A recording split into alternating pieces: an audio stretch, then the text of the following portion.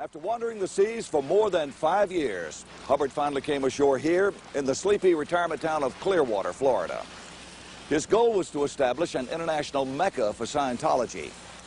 But according to many insiders, Hubbard was growing more and more vindictive toward those who stood in his way. He created what he called the Rehabilitation Project Force. The people who are assigned to this camp are the worst of the worst. They're criminals in Scientology. Hannah Whitfield says the RPF was, in effect, a work camp to rehabilitate Sea Org members accused of insubordination. In May 1978, she says, it was her turn. I had two big men on either side of me who pretty much manhandled me into this room with no windows, and there was just a mattress on the floor. And I was locked in this room in the dark for however long it was. Whitfield says that while she was in the RPF, she lived in the garage of the church-owned Fort Harrison Hotel, ate scraps, and worked at hard labor up to 12 hours a day. What was your crime to have been put into this harsh program to begin with? My crime was, in a Scientology sense, a very serious one. I was accused of having negative thoughts about Mr. Hubbard. The Rehabilitation Project Force is a part within the Sea organization where people who have been goofing up, they can go rehabilitate themselves.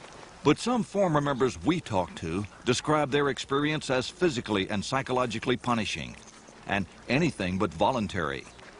I was certainly completely at their mercy.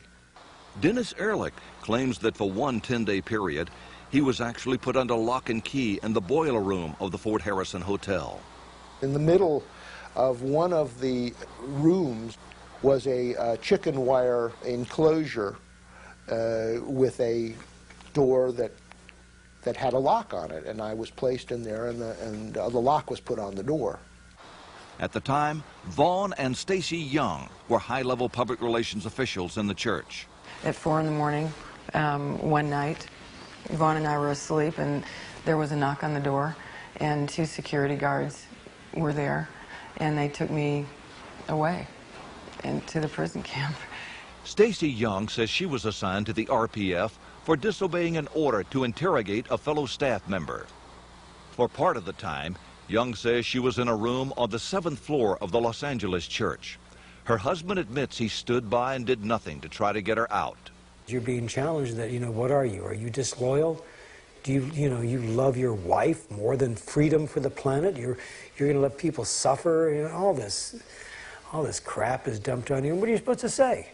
I didn't see Vaughn for several months.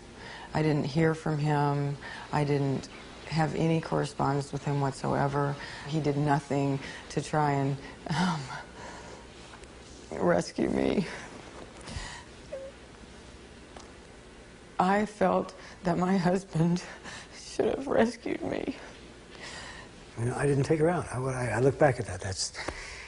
I should have just picked her up. I should have just picked her up, and I should have just said, if anybody touches me, you're dead.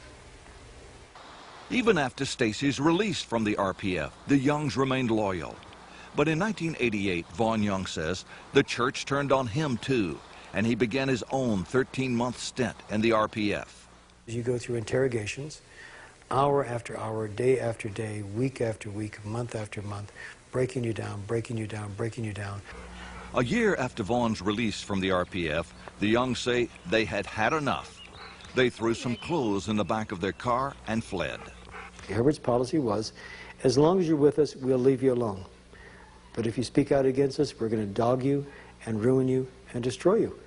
And that's exactly what they keep trying to do. Former Sea Org member Lawrence Wollersheim won a multi-million-dollar judgment against the church.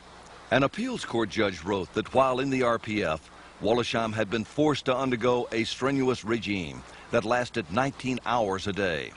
When he tried to escape the RPF, the judge wrote, several Scientology members seized Wollersheim and held him captive. They censor the phone calls.